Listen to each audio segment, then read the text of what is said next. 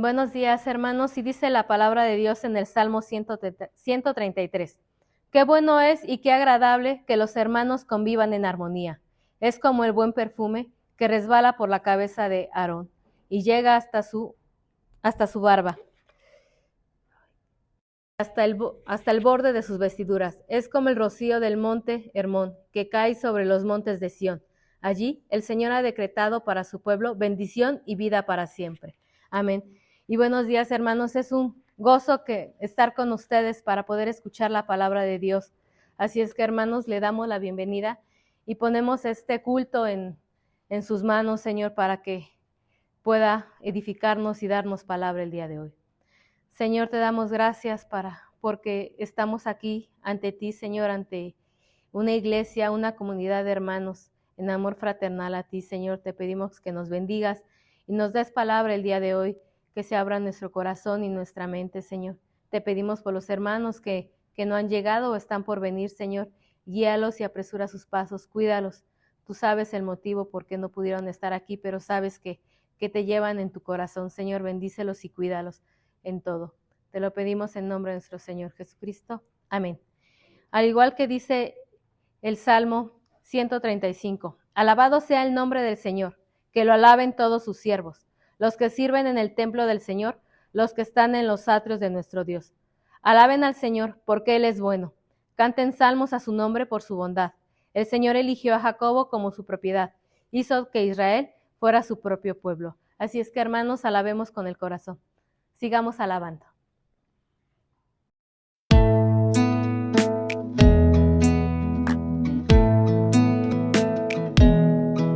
Qué gloriosa es la puesta del sol, admirable cual amanecer,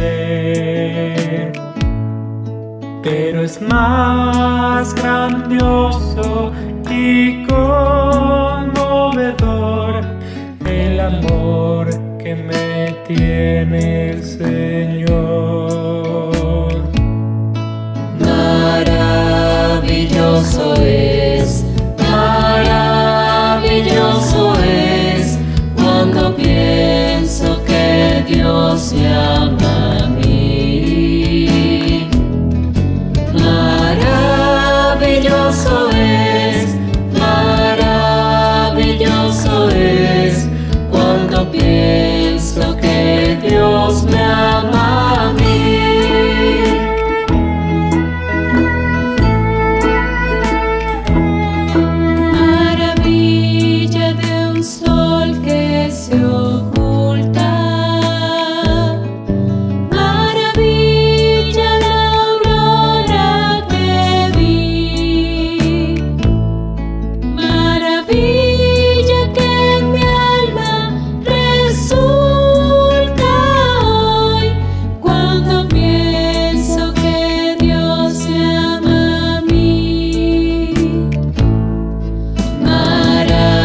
Maravilloso es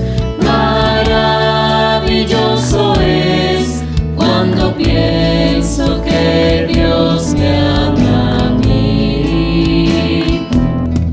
Maravilloso es cuando pienso que Dios me ama a mí.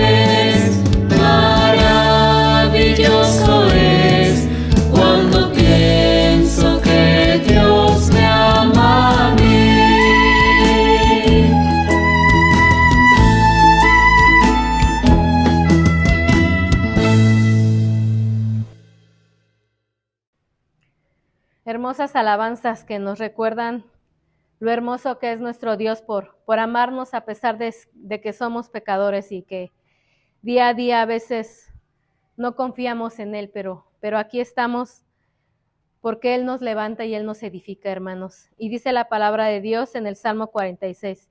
Dios es nuestro amparo y fortaleza, nuestro pronto auxilio en todos los problemas. A veces no lo recordamos y a veces en las tribulaciones decaemos, hermanos, pero los invito a orar día a día, los unos por los otros, Señor, los unos por los otros, hermanos, para que nuestro Dios, una forma de alabarle y demostrarle cuán grandioso es para nosotros y cómo le amamos. Así es que, hermanos, les invito a orar en nuestra casa por todas las necesidades que podemos tener. Y en este momento me permito hacer una oración por todas ellas. Señor, estamos aquí, Señor, ante ti, en humildad, Señor, para decirte cuán pecadores somos, Señor. Pero sabemos que tu infinito amor de Padre, Señor, nos sostiene. Sabemos que a veces en la semana no nos recordamos de tu palabra, Señor, y a veces pecamos, Señor. Pecamos con otras personas y esas personas son como tú, Señor, porque demostramos en ellas el amor que tú nos tienes, Señor. Te pedimos que bendigas y nos des sabiduría para poder actuar ante esas situaciones, Señor. Pero también estamos aquí para pedirte por nuestros hermanos enfermos, Señor. Tenemos a unos hermosos pastores que están ahorita en tribulación, Señor. Pero sabemos que tú los cobijas, que ellos están en gozo contigo, Señor, a pesar de eso.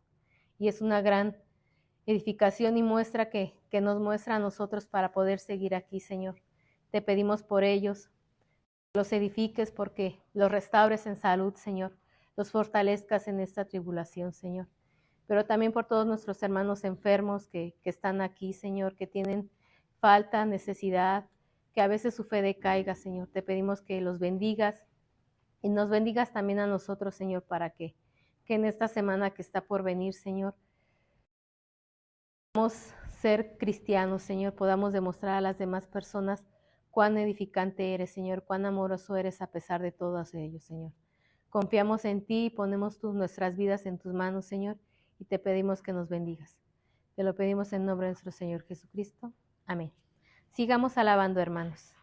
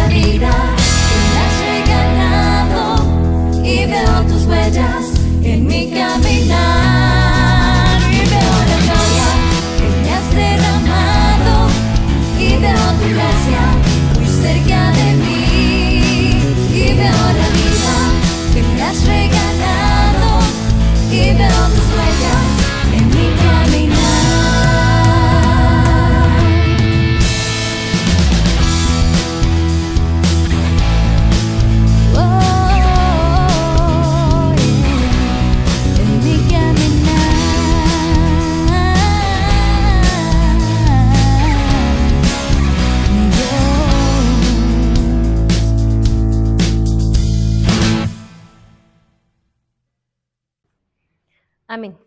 Bueno, hermanos, es tiempo de nuestra profesión de fe, así es que los invito a tomar nuestra Biblia con la mano derecha, Puede ser impresa o puede ser en su teléfono. Y digamos, la palabra de Dios contenida en este libro es la verdad que acepto creer. Es la enseñanza que me comprometo a seguir y es la esperanza que me atrevo a confesar. Nadie me impide recibirla, nadie le evitará que la haga parte de mi vida y por ningún motivo dejaré de proclamarla. Estoy aquí para leerla, oírla y vivirla diariamente. Amén. Tomemos asiento, hermanos, y démosle la palabra a nuestro pastor.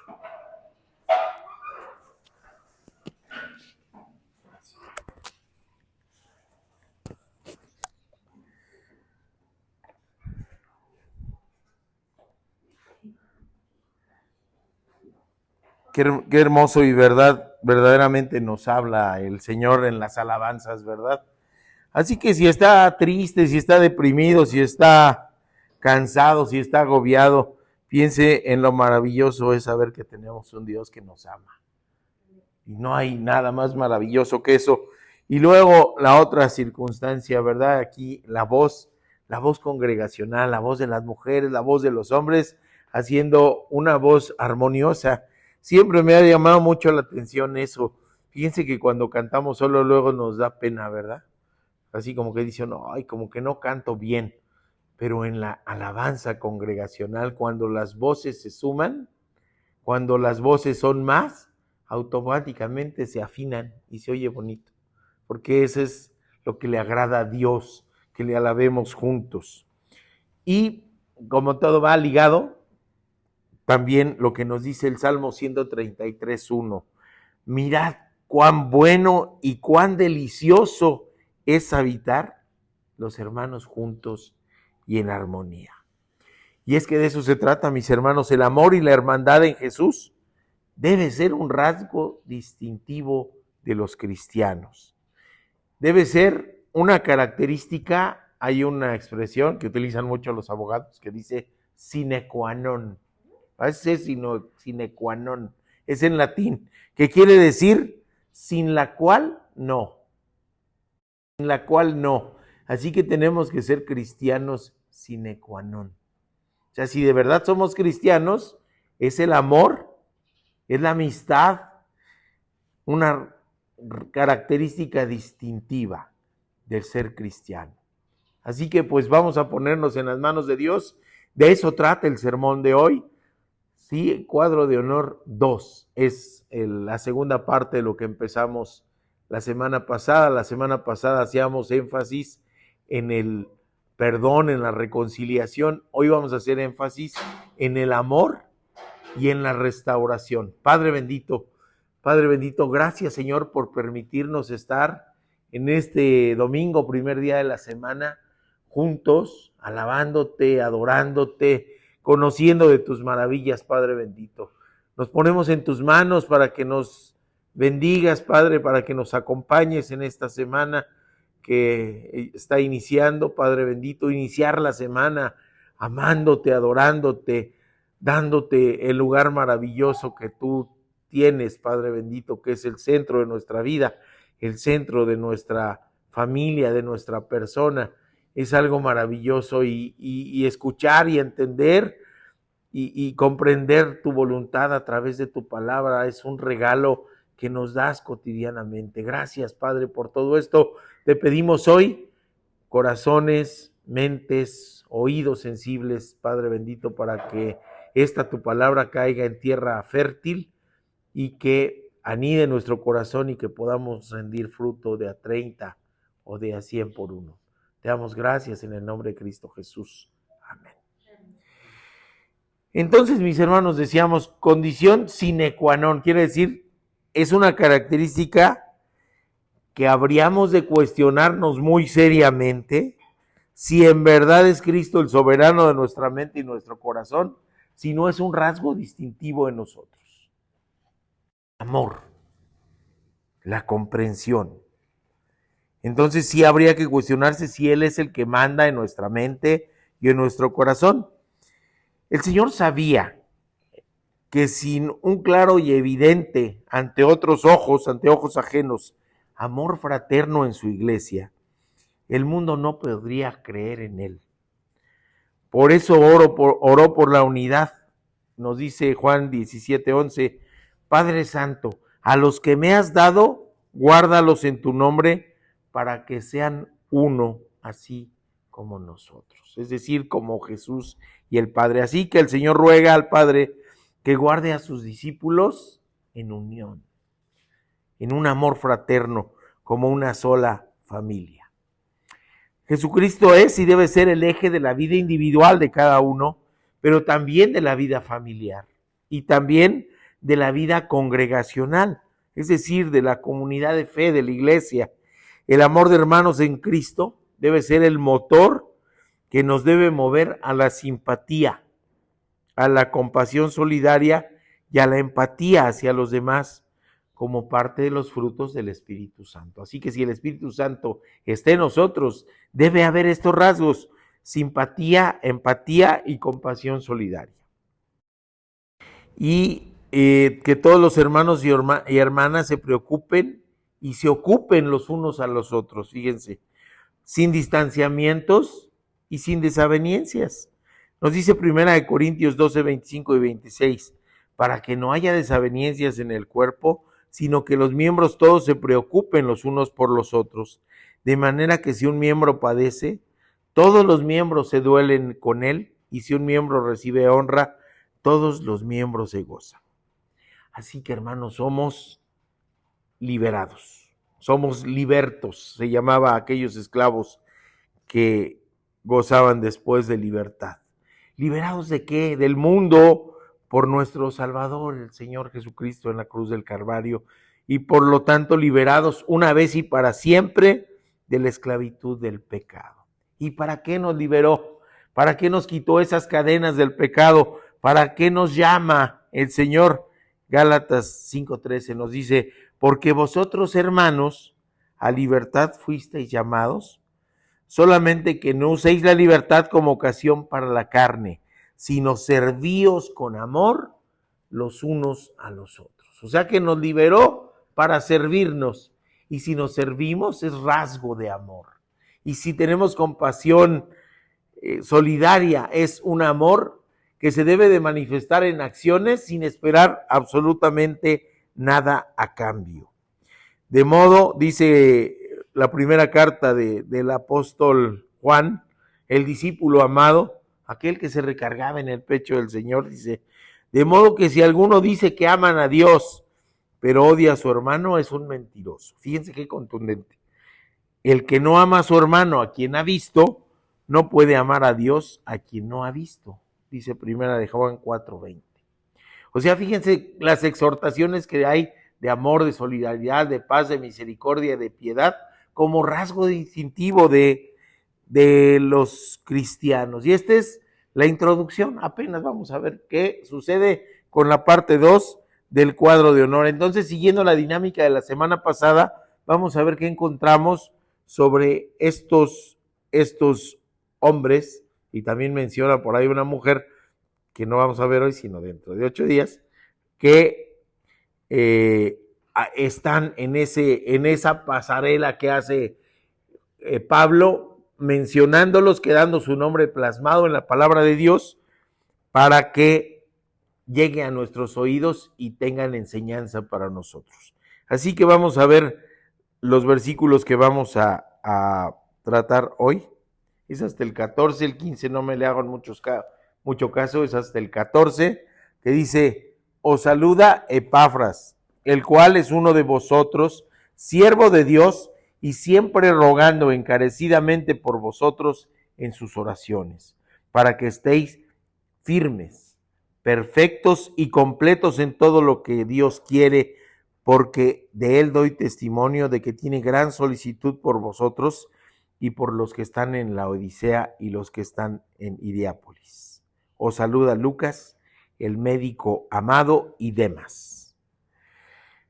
Así que vamos, esos son, le digo, podemos omitir el versículo 15, lo trataremos dentro de 8 días, pero dice así de esta manera. Nos vamos a ver quién es Epafras. ¿Quién es Epafras? Dice Epafras, es la contracción o el diminutivo de Epafrodito. O sea que así le decían entre los cuates, ¿no? Epafras. Pero claramente hay otro Epafrodito en la palabra. Y a lo mejor quizás Pablo le decía a uno Epafras de cariño y al otro Epafrodito para diferenciarlos. Daban más o menos cerca. Epafras, de Epafrodito también era consiervo de Pablo y fue fundador de la iglesia de Filipo. Y es posible, además, que sea la manera de diferenciarlos de Pablo, así como los nombres que ahora son muy comunes en nuestro idioma, que tienen el sufijo beto, ¿verdad? Roberto, Heriberto, Alberto, Lamberto. ¿Cuántos betos hay? Un montón, ¿verdad? Todos tienen ese sufijo beto. Todos lo decimos de cariño Beto, pero si le digo de cariño Beto a un Roberto y a un Lamberto, pues ¿cómo le hago? Para diferenciar a Beto 1, Beto 2, luego le ponemos números, ¿verdad? O a veces, por ejemplo, en el caso de unos parientes, estaba el papá, era Beto, era Roberto, era Beto y era Betito. Entonces, para diferenciarlos, bueno, así se les dice a los que tienen ese sufijo Beto, que a ella siempre le ha parecido raro, ¿verdad? Desde chiquita. Pero fíjense, hablando de este Epafras, o sea, así como de cariño, así como mi cuate, como cuando conocemos a alguien así muy ceremonioso, que se llama Roberto, pues no le decimos luego, oye Beto, no, así como que nos vamos con calma. Pero Pablo sí tiene esa confianza con Epafras. Sí, es una manera de referirse a él que nos denota varias cosas, nos denota confianza, nos denota cariño, nos denota cercanía, así que es alguien querido, familiaridad, es amor fraterno. Y era un consiervo amado de Pablo y ministro de la iglesia de Colosas. Más, Epafras es muy posiblemente el fundador de la iglesia de Colosas y de varias iglesias que estaban alrededor de un río, el río Licus. Había varias, y pues él era el fundador de esas iglesias.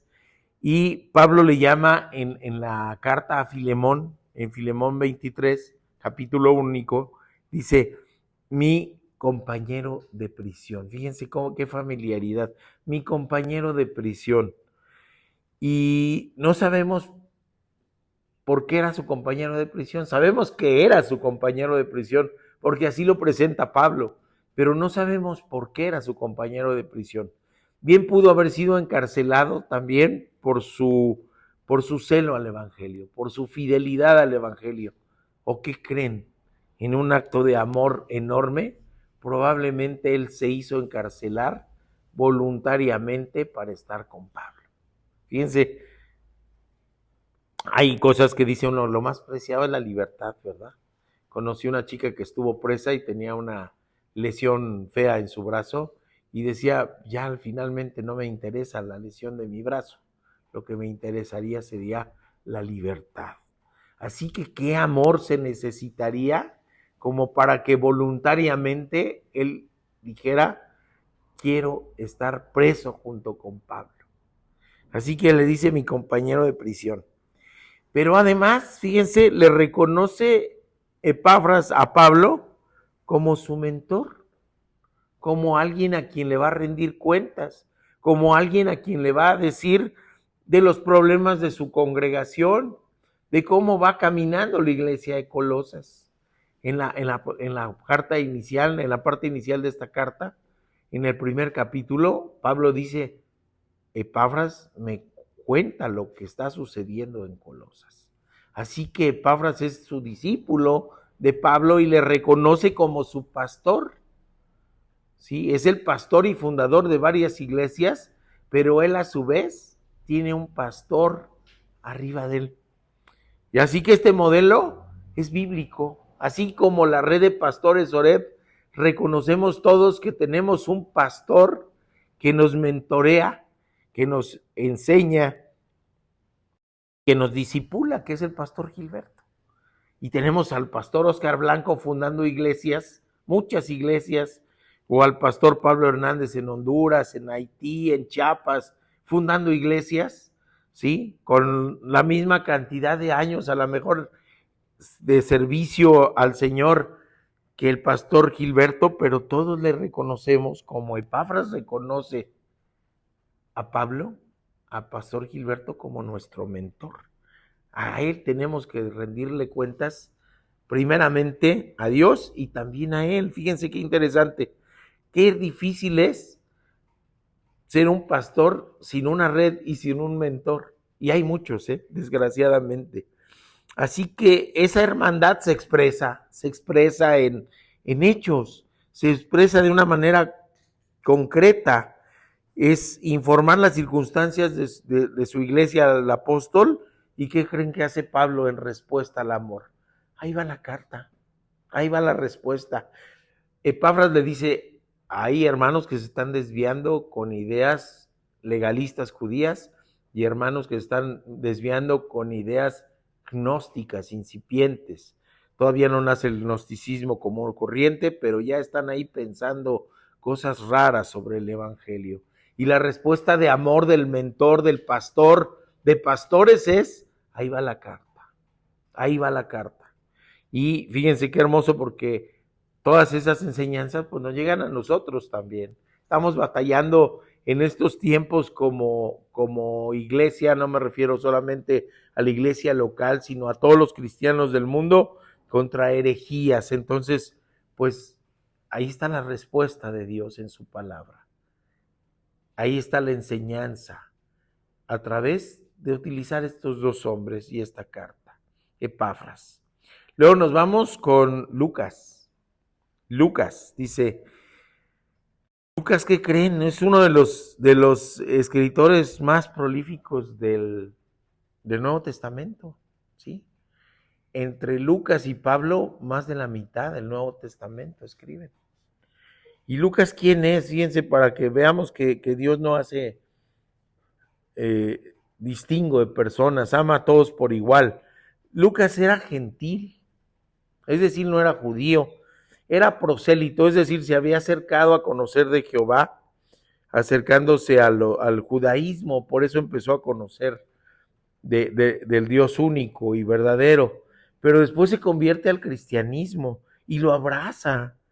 Es culto, es de una elevada educación. Lucas es médico de profesión, buen escritor, detallado, meticuloso, ameno, buen investigador y buen historiador. Y es autor del evangelio que lleva su nombre, Lucas, y del libro de los Hechos, que inicialmente eran uno solo, después ya se dividió, pero eran un solo libro. Así que Lucas es esto. En el segundo libro, el de los Hechos, narra también en primera persona del plural. Dice nosotros, algunas cosas. Es decir, fíjense, no solamente es bueno investigando, recabando información, sino también relata lo vivido junto con Pablo. Capítulos 16, 20, 21, 27 y 28 de Hechos, es compañero fiel de Pablo en diversas circunstancias, Durante el trayecto a Roma, ahí está Lucas en el naufragio. En la isla donde es mordido Pablo por una serpiente, ahí está Lucas con él, que ni lo ocupó, ¿verdad? Siendo médico ni lo ocupó, porque el Señor hizo el milagro de que no le pasara absolutamente nada. Y luego termina el libro de los Hechos y todavía siguió con él. ¿Cuánto tiempo? No sabemos, probablemente hasta la muerte de Pablo. En 2 Timoteo 4:11 nos dice, solo Lucas está conmigo, toma a Marcos y tráele conmigo, porque me es útil para el ministerio. Ahí ya se había reconciliado Pablo con Juan Marcos, ya había esa reconciliación. Por eso le dice a su discípulo Timoteo, tráetelo, acá lo ocupamos, solamente está Lucas conmigo. Así que fíjense que para mí, por ejemplo, porque es colega, ¿verdad? Lucas es un ejemplo bien grande, pero no solo a los médicos. Él tiene una profesión secular, como todos tenemos algo a qué más dedicarnos. Pero fíjense qué interesante, Lucas lo hace ya viviendo con el Evangelio y nuestro Señor Jesucristo como centro. Sigue ejerciendo, pero ¿en dónde? Con Cristo, a donde lo lleve Cristo. Ahorita lo ampliamos un poquito más. Bueno, vamos con Demas. Demas o Dimas. En la religión popular hablan de que uno de los ladrones que está crucificado junto a Cristo tenía este nombre, pero no hay un sustento bíblico al respecto. Pero este Dimas sí aparece aquí. Este Dimas o Demas, sí aparece ahí.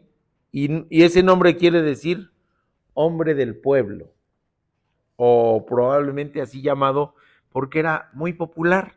Vean lo que dice de Demas. ¿Dónde anda Demas? Abajo. Acá está. Y Demas, no más. Todo lo que se sabe de Demas, fíjense. No hay más. No hay nada más que, aparte de esta, una mención bien fea, que no quisiera que quedara registrada en el libro de la vida para ninguno de nosotros, ¿verdad? Porque en Demas ya después lo dice, adelantito, acá está en Timoteo 4, del 9 al 10, dice, procura venir pronto a verme. Está otra vez hablando Pablo con su discípulo Timoteo, dice, procura venir a verme pronto porque Demas me ha desamparado. Fíjense qué feo. Demas me ha desamparado amando este mundo y se ha ido a Tesalónica. Es la otra mención de Demas. Entonces, híjole, como que se queda inconcluso, ¿verdad? Vamos a tratarlo más adelantito, pero sí dice, Demas me ha desamparado, amando más al mundo. Qué triste es, mis hermanos, cuando esto ocurre entre hermanos en la fe, que los vemos que se van alejando, que se alejan del Evangelio, que se alejan del Señor y que se pierden regresando a cosas mundanas. ¿Será que perdieron la salvación? No, más bien que es que quizás nunca fueron salvos. No sabemos. Pero Dios sí sabe qué ocurrió con Demas, ¿no? Y también es mencionado en Filipenses 24, también junto con Pablo y junto con Lucas, que ahí andaban con él todavía. 5 años después aproximadamente fue que escribió esa segunda carta a Timoteo, en donde habla de que Demas le ha desamparado. Él era un varón probablemente de Tesalónica, que es a donde regresa después de abandonar a Pablo. Bueno, vamos a ver algunas características, lo que sería la segunda enseñanza. La mayoría de estas palabras, de estas que vemos aquí, van dirigidas a Epafras, si se dan cuenta, acá de pasadita, nada más en el 14, pero 12 y 13 se dedican a Epafras, solamente Epafras, a quien llama, fíjense las características, es uno de vosotros, manifestando el origen de Epafras. Es de Colosas, la iglesia que está ahora sí que mandándole la carta, y la iglesia a quien está exhortando para evitar desviaciones doctrinales es de Colosas. Así que le dice, Epafras es uno de vosotros, o sea, para que tengan la identidad de Epafras. Seguro lo conocían, pero les está diciendo, está hermanado con ustedes, es de ustedes mismos. Así como luego bromeamos, tú eres de Chivas, tú eres del Atlas, tú eres de eso, porque te identificas con ese grupo, porque ¿de cuál eres, no? ¿De Chivas o de Atlas o del América o del Real Madrid, no? Luego hay piques entre uno y otro equipo, ¿no? El Real Madrid contra el Barcelona, ¿no? Yo al Barça y yo al... ¿Y qué hacemos para que se nos note la identidad? Pues a veces nos ponemos playera, ¿no? O gorra. ¿Te pondrían un uniforme del equipo odiado? No, ¿verdad? ¿Por qué? Porque la identidad se debe notar y se debe mostrar. Así que si somos cristianos debemos ponernos la camiseta del amor, de la compasión, de la solidaridad, para que se note. Y de eso de eso está hablando Pablo, de la identidad. Es uno de vosotros. Es como decir, pues si son de esa misma porra, ahí va, porque va hacia ustedes. Así que esa mención de es uno de vosotros, sea, era lógico, si él había fundado esa iglesia, si él estaba pastoreando esa iglesia, no necesitaba Pablo decirle es uno de vosotros. Lo que está haciendo es el énfasis en la identidad, el énfasis en que son uno solo, como hablábamos en la introducción. Sí, ahora, ¿qué otra cosa le llama? Le dice siervo de Cristo. Y siervo en ese tiempo era una palabra muy fuerte. Siervo es igual que esclavo. Siervo es igual que esclavo. Así que cuando él dice siervo de Cristo, le está diciendo es un esclavo de Cristo. Pero si es esclavo de Cristo, no puede ser esclavo del pecado. Así que también en esa sencilla frase va identidad. Y luego al hablar de él con esa familiaridad, con ese cariño, le está diciendo, si pueden abrir, por favor, se cerró la puerta, pero con ese cariño, con esa fidelidad, le está diciendo también, ¿qué crees? O sea, sí es parte de ustedes, pero es parte de nosotros también. ¿Sí? ¿Y quiénes son nosotros? Pues el cuerpo de Cristo, la iglesia de Cristo. Así que él está dando características de Epafras. Y después, ¿qué otra cosa nos da? Fíjense qué interesante. De él doy testimonio, dice, gracias. Dice, de él doy testimonio. No, pues está bravo, ¿no? Desde el punto de vista legal, no toda la gente se avienta a ser testigo de alguien, ¿no? Así que dice, de él doy testimonio. Y nos dice el derecho romano, cuando dos personas testifican, pues ya es mucho más certero que una contra una. Y cuando tres, ya prácticamente lo toman como una verdad, nos dice el derecho romano. Así que Pablo está dando, dice, doy testimonio de que tiene una gran solicitud por vosotros. Es decir, yo soy testigo de que él piensa en ustedes. ¿Y qué puede hacer en eso? ¿Qué puede hacer? Que probablemente oraban juntos. O probablemente Pablo le escuchaba orar cotidianamente, ¿sí? Al Señor. ¿Por qué razón? De la solicitud por ellos. De la solicitud de esa iglesia de Colosas y también de las otras que él había fundado. Podemos con esa confianza, sí, yo doy testimonio de que tal persona ora a diario. Está bravo, ¿verdad? Damos testimonio, mejor nos quedamos pensando. Y no pensemos en alguien más. Pensemos en construir nuestro propio testimonio. Nuestro propio testimonio. Porque es bien fácil decir que se haga la voluntad de Dios, pero en la yunta de mi compadre. O fijarse en el defecto del de junto. Y estar pensando en la paja que tiene sin darme cuenta de la viga que traigo en el mío. Por eso entonces tenemos que construir nuestro testimonio. Usted es cristiano, hermano, usted es cristiana, hermana, pues construya su testimonio. Que la gente pueda decir, yo testifico que ha cambiado. Yo testifico que es otro o que es otra. Yo testifico que el Señor le ha transformado. ¿Sí se dan cuenta de todo lo que está aquí?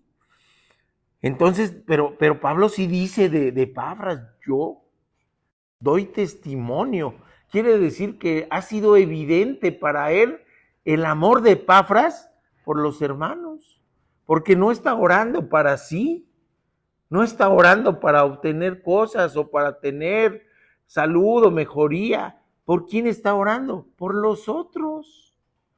Y la oración de intercesión es un testimonio de amor.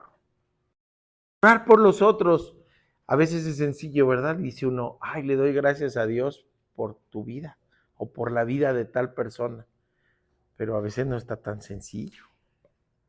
A veces la otra persona agrede, ofende, ignora, incumple lo que tenga que cumplir. Entonces, ¿qué tenemos que ver? ¿La condenamos, la señalamos? ¿O en un acto de amor oramos por esa persona? Porque entonces vemos que está más necesitada de Dios que otras personas, que no tiene a Cristo en su corazón como centro y como eje. Y entonces, ¿qué creen? En esa oración de intercesión, Dios se agrada. Dice, incluso aquellas personas que no son amables, es decir, fáciles de amar, está mi hijo o mi hija orando por ellas. Entonces es un testimonio de amor a los demás y es un testimonio de adoración a Dios. Es un testimonio de obediencia a Dios. Así que qué interesante es si alguien más puede decir después, sí, yo doy testimonio de que es otra persona. Sí, yo doy testimonio de que está siendo transformada. Sí, doy testimonio que ora por los amigos, pero también por los adversarios, para no hablar de enemigos. ¿Ok? Fíjense qué interesante. Y Pablo está dando testimonio de Epafras. No cualquiera se avienta a dar testimonio. Y entonces dice, ¿y qué es lo que él oye? ¿Qué es lo que él da testimonio? Dice, siempre rogando encarecidamente por vosotros en sus oraciones. Hijo, qué precioso. Y lo que pide, pues es algo hermoso, es algo que tenemos que pedir para todos nosotros. ¿Qué es lo que pide en esas oraciones? Que seamos agradables a los ojos de Dios, es decir, que nos mantengamos firmes, perfectos y completos a los ojos de Dios. Eso es lo que Dios quiere y eso es lo que Él pide por los hermanos, que se mantengan firmes, perfectos y completos. Qué precioso, ¿no? Yo creo que ahora sí ya podemos conocer cuál va a ser mi oración de intercesión por mi hermano o mi hermana, que se mantenga firme, completo y perfecto a los ojos de Dios. Y si alguien está alejado del Evangelio, si alguien no ha conocido de eso, razón de más para orar por ellos. Y razón de más para trabajar como congregación y como iglesia, para que el Evangelio crezca, para que puedan entrar al redil y entonces sí crecer espiritualmente juntos, para estar juntos como iglesia también, como congregación o como familia en ese paso intermedio, firmes, perfectos y completos en todo lo que Dios quiere. Fíjense qué hermoso realmente.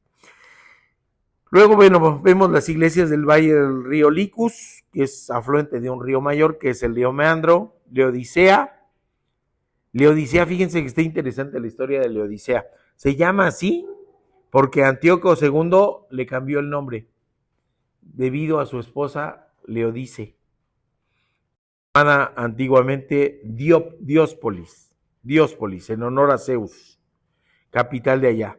Hierápolis, bueno, estas dos, Laodicea y Hierápolis, que están aquí mencionadas, aquí había lana negra, que era carísima, había algo en el suelo que las ovejas comían y generaban lana negra, y además pues debió haber habido ahí cambio en la raza. Y Hierápolis era famosa por sus aguas termales, tenía fuentes de aguas termales. ¿Y qué creen, mis hermanos? Estas 3 ciudades fueron destruidas por un sismo, un terremoto, alrededor del primer lustro del año 60 del primer siglo, un terremoto. Las destruye. Pero imaginemos un terremoto en nuestra vida sin Dios, sin Cristo.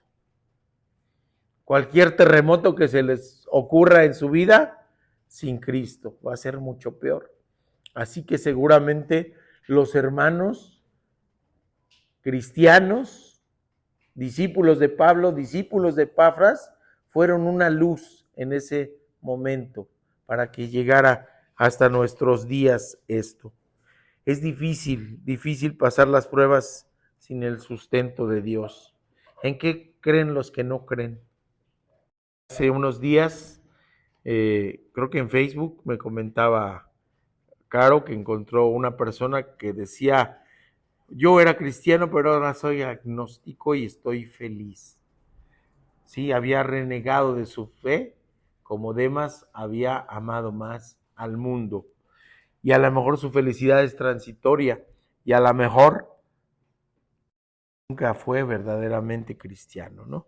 Y de Lucas decía yo, tratar un poquito más, es un ejemplo cristiano, no por su profesión de médico, sino cualquier oficio y profesión, cuando no la anteponemos a servir a Cristo y a la predicación del Evangelio. Él siguió ejerciendo, pero fue donde se lo llevó al Evangelio, donde lo llevó el Señor.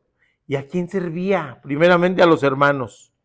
¿A quién servía? A su maestro, a Pablo. ¿A quién servía? A sus consiervos. Y también pues se daba tiempo para escribir, investigar, estudiar y servir él mismo a Dios. O sea, vean el ejemplo que nos da. No era el oficio, no era el empleo, era Dios, Cristo mismo, el centro de su vida. Y en donde esté, servir a Dios, servir con esperanza, servir con abnegación, como en este caso, y con fidelidad cuando se tiene a Dios como soberano.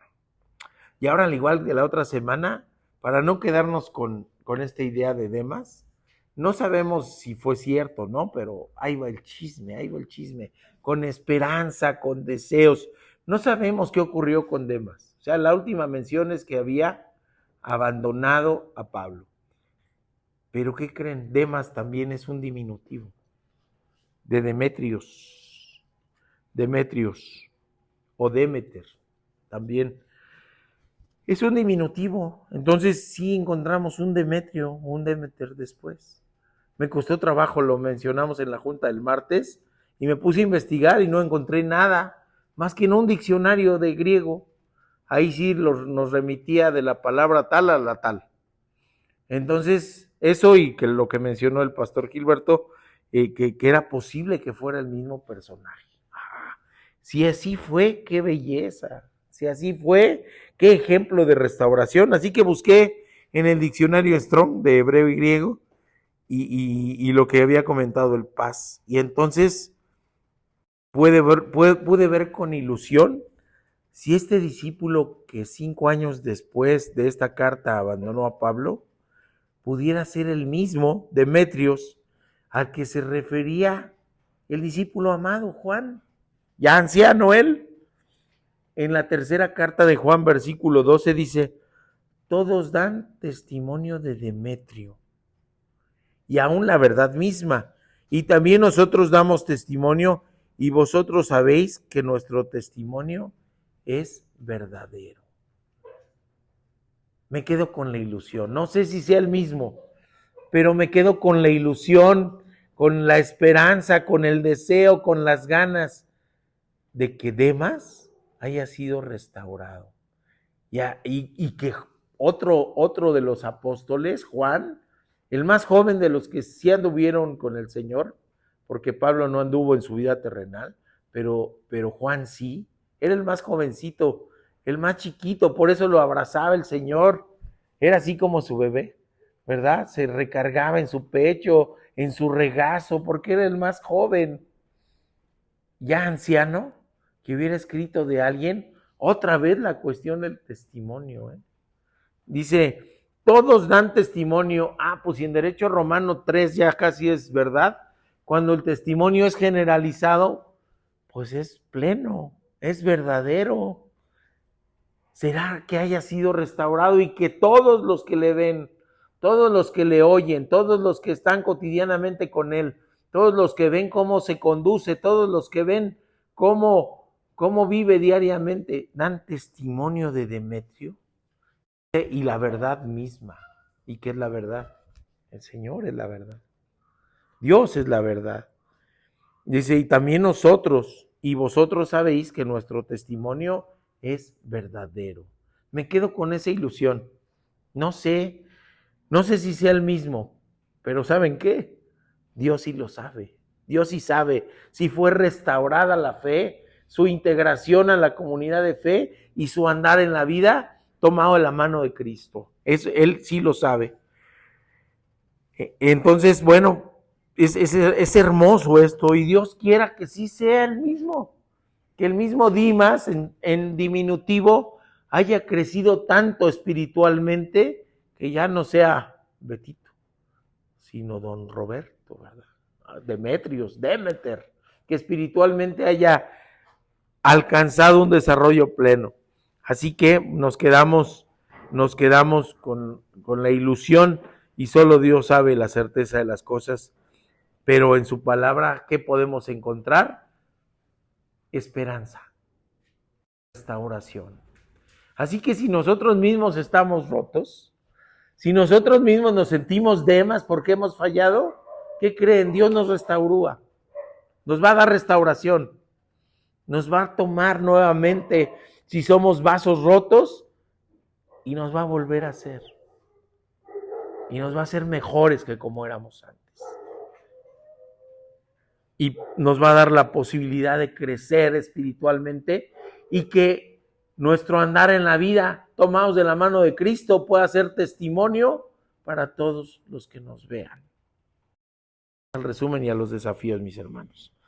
El mundo actual, ya tomando esto como, esto se escribió en el primer siglo, pero ya actual, hay una gran crisis de relación de afecto. En las ciudades hay conglomerados de gente, pero de gente solitaria. Se carece de hermandad, se carece de unión, y por lo tanto se carece de la posibilidad de vivir en paz, de ser solidario, de lograr acuerdos de manera armoniosa. ¿Qué predomina en nuestra sociedad? El individualismo, la competencia, el egoísmo, la envidia, la codicia, el afán de riquezas, el legalismo, la religiosidad, que no una relación con Dios, sino la religiosidad, el deseo desmedido de poder y de nombre. Y en el mundo cuesta actualmente trabajo tener amigos de verdad, amigos de verdad. Así que en medio de multitudes nos aislamos y nos volvemos solitarios. ¿En dónde hay entonces la posibilidad de tener amigos de verdad? Es más, hermanos en la fe, hermanados. En la iglesia, mis queridos hermanos, en la iglesia, para que el mundo crea y anhele a Cristo, se deben notar claras diferencias y contundentes evidencias del amor fraterno entre los hijos de Dios, y por lo cual debemos comportarnos como una verdadera familia que se ama en la unidad de Cristo. Necesitamos rescatar la unión basada en el amor fraterno en el cuerpo de Cristo, cultivando relaciones sinceras y significativas. Solo unidos entre todos y en Cristo es que podemos resistir el embate de las tinieblas. Finalmente, mis hermanos, nos necesitamos los unos a los otros. El plan de Dios es que fomentemos la unidad y el compañerismo en amor para poder cumplir la misión. La unidad se basa en la hermandad, compañerismo armonioso, intimidad de familia y asociación. Trabajar juntos para cumplir la misión en la cohesión de lazos de amistad y afecto estrecho, donde todos se respetan, todos se protegen, todos se preocupan y todos se ayudan como pares inseparables. Nos dice la palabra de Dios, porque si un miembro padece, todos los demás miembros se duelen con él. Y si un miembro recibe honra, todos los demás miembros se gozan con él. 1 Corintios 12:26. Esta es la iglesia que Dios anhela, así, con esas características, en la que Cristo es la cabeza que une y dirige, que mantiene un ambiente de paz y de alegría entre personas unidas por lazos familiares. Somos hijos del mismo Creador y somos nosotros familia de Dios en Cristo. Nos dice Proverbios 17:17, en todo tiempo ama el amigo y es como un hermano en tiempos de angustia.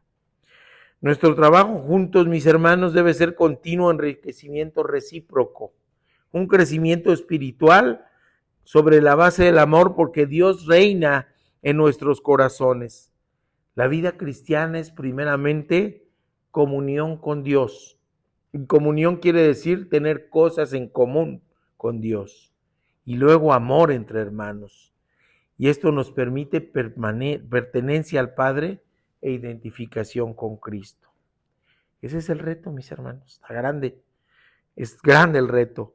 Es vivir en esperanza y en fe. Es más, incluso morir en esperanza y en fe. Y además, mis hermanos, el reto es a no sentirnos solos. Porque no estamos solos. Porque no estamos solos. Tenemos una familia en la fe y principalmente tenemos un Dios que nos ama. Y por eso esta alabanza debemos de pensar, maravilloso es saber que Dios nos ama. Qué maravilloso. Así que no se sientan solos porque no están solos nadie, mis hermanos.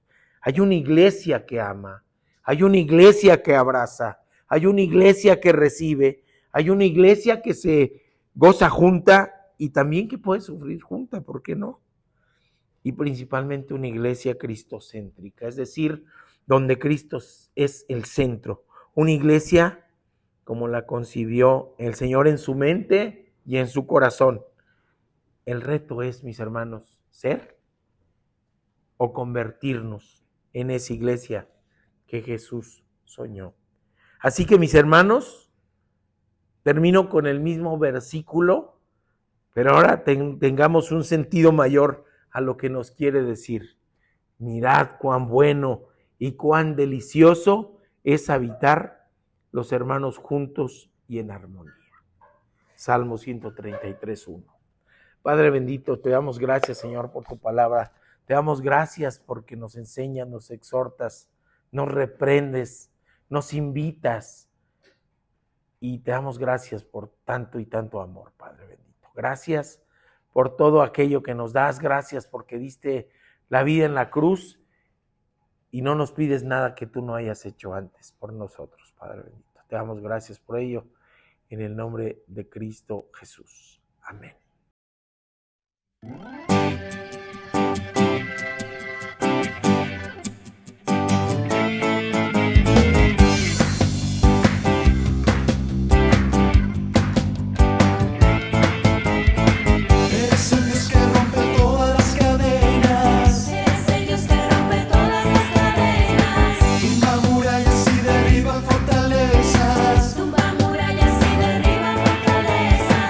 Eres el Dios que cura todas las dolencias.